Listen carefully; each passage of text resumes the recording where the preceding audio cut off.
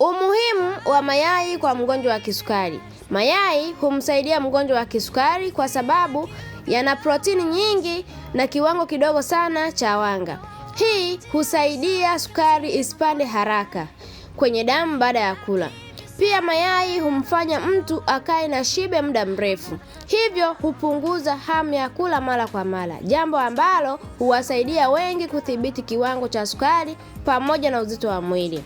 Mayai pia husaidia kujenga na kuimarisha misuli ya mwili, kitu muhimu kwa afya ya mgonjwa wa kisukari.